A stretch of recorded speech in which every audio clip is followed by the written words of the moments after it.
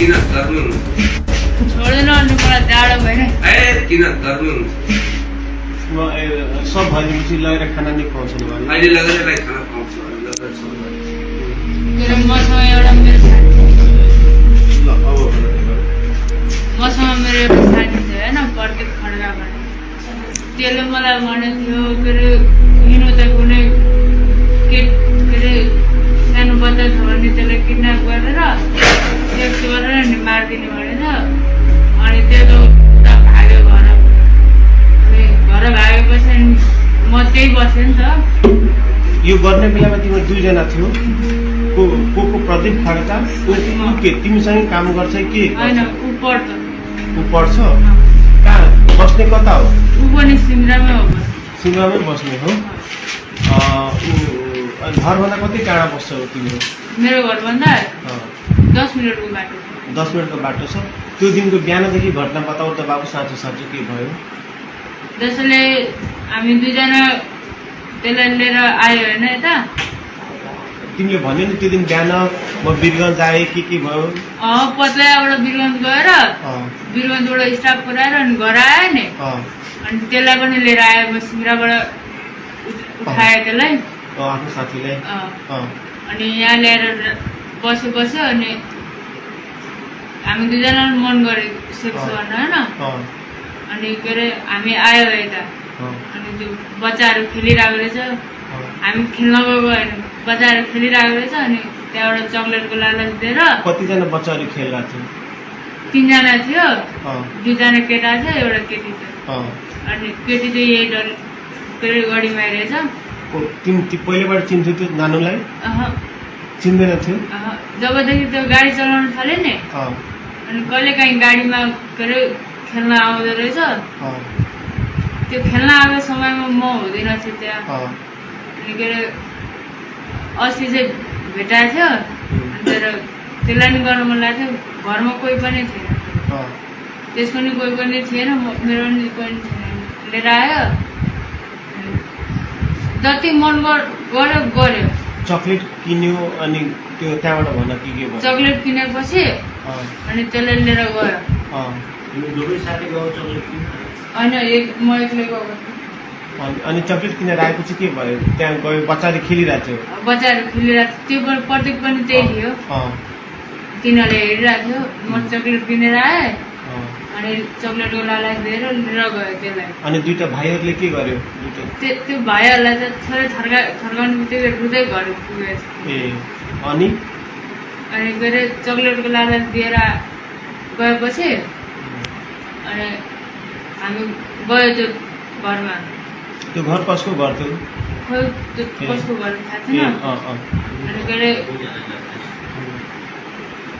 हामी यताउता हेऱ्यो मान्छे छैन भनेर होइन मान्छे थिएन म आएँ म पहिला सुरुमा छिरेँ होइन अनि पछि केटी छिर्यो बहिनी छिर्यो अनि पछि लास्टमा प्रत्येक छिर्यो होइन अनि म जबसम्म मन भएन नि तबसम्म गऱ्यो त्यसले गऱ्यो म यत्तिकै हेरेर बसिरहेको मेरो त एकचोटि उयो गर्नु बित्तिकै निक्लिहाल्यो अनि के अरे त्यसले जति मनसम्म गऱ्यो कति रसीहरू बाँधेको थियो नि त्यो बेला त्यतिखेर नि यहाँ मात्रै बाँधेको थियो मैले पक्रेर बसिरहेको थिएँ त्यसले उयो गरेर बसिरहेको थियो होइन अनि के अरे जब त्यसको नि भयो नि अनि त्यसले भने यसले त यो उठ्यो बिहोसबाट उठ्यो भने नि यसले हामीलाई भन्छ यसलाई बरु मार्दै भनेर अनि त्यो गयो गाडी लिएर गयो त्यसलाई नि गाडी चलाउन आउँछ स्कुल पढ्नु भयो भने गाडी लिएर गयो त्यो आफ्नो घर म के अरे उयो सुसा गरेर खाना धुवा गरेर खाना खाएर अनि त्यसको घर गयो किनकि रिजर्भ थियो त्यसको घरको साइडबाट अनि के अरे रिजर्भ लिएर गएर हेटौडा पुग्यो हेटौडाबाट फेरि आउँदा रात पर्दाखेरि फेरि फोन आयो के अरे भेटाएन भनेर फोन आयो होइन फेरि त्यसको भोलिपल्ट पनि फोन आयो त्योबाट पनि भेटाएन भनेर आज फोन आएको थियो भेटायो भनेर आज फोन आएको अनि त्यो रस्सी बाँध्यो तन्नामा राखे कतिखेर जब भ्यायो नि हामी दुईजनाले त्यो निक्ल्यो अनि म एकैछिन बसेँ त्यहीँ त्यसपछि आए त्यतिकै लट्केको अवस्थामा छोडेर ढोकालाई चुकुर लगाइदिएँ तिमीले रस्सी बाँधेर लट्काइदिएको के अरे चुकुर लगाइदिएँ त्यो रस्सी र तना कसले लिएर आयो तना र रस्सी त्यही थियो त्यही नै थियो अँ। यो पनि झुटो बोल्दैछ तिमी नढाँटिकन भनेको छ। अहिले चाहिँ नढाँटिकन हो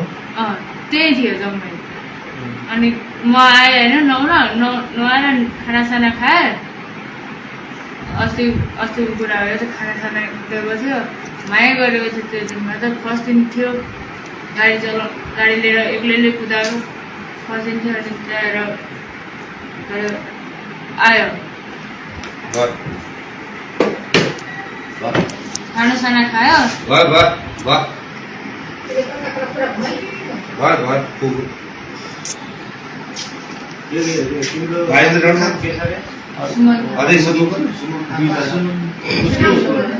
सुमन प्रदीप खड्का र तिमी सुमन लामा सुमन थापा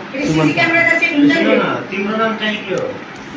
सुमन अनि तिमीसँग त्यो गएर त्यो पनि सेक्स गर्ने एकजना तिम्रो साथीको हो प्रदीप खड्का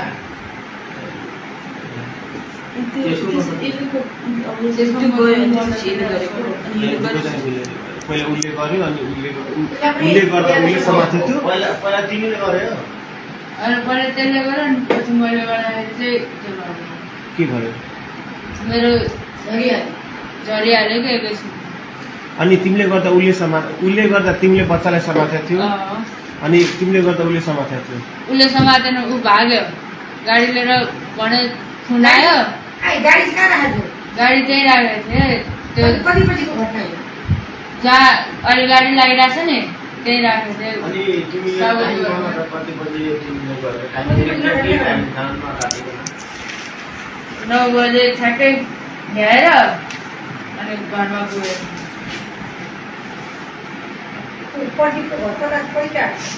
सिङ्गडा चौकबाट जसले मेरो घर पुग्छ नि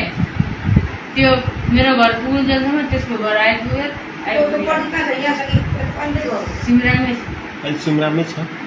अनि अघिबाट